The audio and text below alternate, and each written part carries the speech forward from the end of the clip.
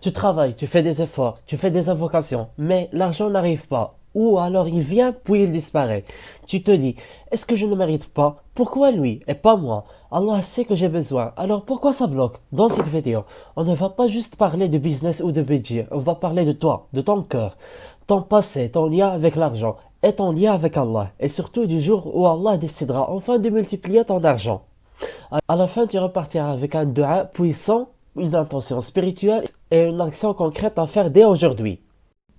Est-ce que tu es prêt psychologiquement à recevoir plus? Beaucoup veulent devenir riches, mais leur subconscient est encore programmé pour la peur, la perte ou le manque. Exemple, tu veux 10 000 euros, mais quand tu reçois juste 200 euros, tu paniques déjà à l'idée de les perdre. Allah ne donne pas plus à celui qui ne sait pas quoi faire avec le peu. Mais est-ce que le problème, c'est vraiment toi ou c'est quelque chose que tu traînes depuis des années sans le savoir? Les blocages intérieurs, trauma financier et autosabotage.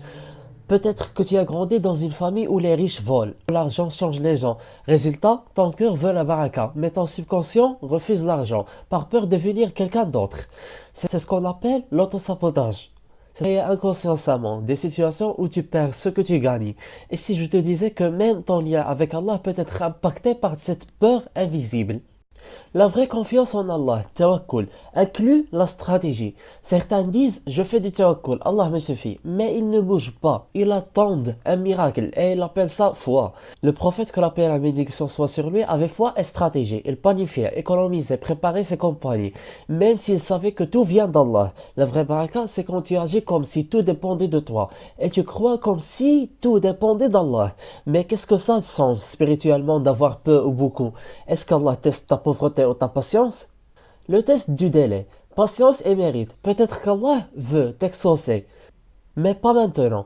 Parce que maintenant, tu risques de gaspiller, de t'enorgueillir, de perdre ta foi. Il y a un hadith, un récit prophétique magnifique. Lorsque mon serviteur s'approche de moi par les œuvres surrogatoires, je l'aime.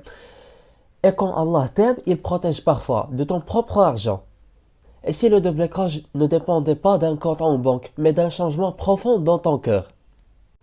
Prépare-toi à recevoir. Planifie ton argent avant qu'il n'arrive. Le clé du changement, note aujourd'hui. Si Allah me donne 10 000 euros, je ferai 1, 2, 3. Créer un plan, même si tu n'as rien. C'est ce qu'on appelle l'intention précédente, la provision. Allah aime quand son serviteur est clair dans ses intentions. Mais comment transformer cette intention en invocation puissante et en acte concret? C'est ce qu'on va voir maintenant. En guise de conclusion, un délice spirituel plus action réelle. Tu veux que l'argent vienne? Prépare ta foi, prépare ton mental, prépare ton cœur. Fais cette invocation chaque matin. Chaque matin. Allahumma inni as'aluka rizqan tayyiban wasi'an mubarakan fih wa qalban yaqbalu ni'matak. Pose cette intention. Ya Allah, si tu m'accordes plus, je partagerai plus.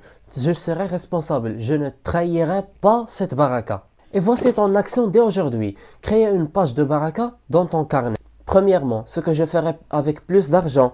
Deuxièmement, les causes que je soutiendrai. Troisièmement, ce que je dois purifier en moi pour mériter. Si ce message a touché ton cœur, partage-le à quelqu'un qui en a besoin. Tu ne sais pas, peut-être que c'est ton message qui débloquera son risque.